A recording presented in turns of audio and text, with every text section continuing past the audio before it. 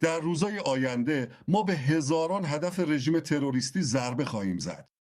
ما شرایط رو برای مردم شجاع ایران فراهم خواهیم کرد تا خود را از زنجیرهای استبداد رها کنند. و به همین دلیل من دوباره خطاب به شما میگم: ای شهروندان ایران، این فرصت رو از دست ندهید. این فرصتی است که فقط یه بار در هر نسل پیش میاد. دست روی دست نگذارید، چون به زودی لحظه شما فرا خواهد رسید. لحظه‌ای که باید به خیابونها بیایید، با حضور میلیونیتون به خیابونا بیایید تا کار رو تمام کنید، تا رژیم وحشتی را که زندگیتون رو تلخ کرده سرنگون کنید. رنج و فداکاری شما بیهوده نخواهد بود. کمکی که آرزوش رو داشتید، این کمک از راه رسیده است. کمک از راه رسیده است.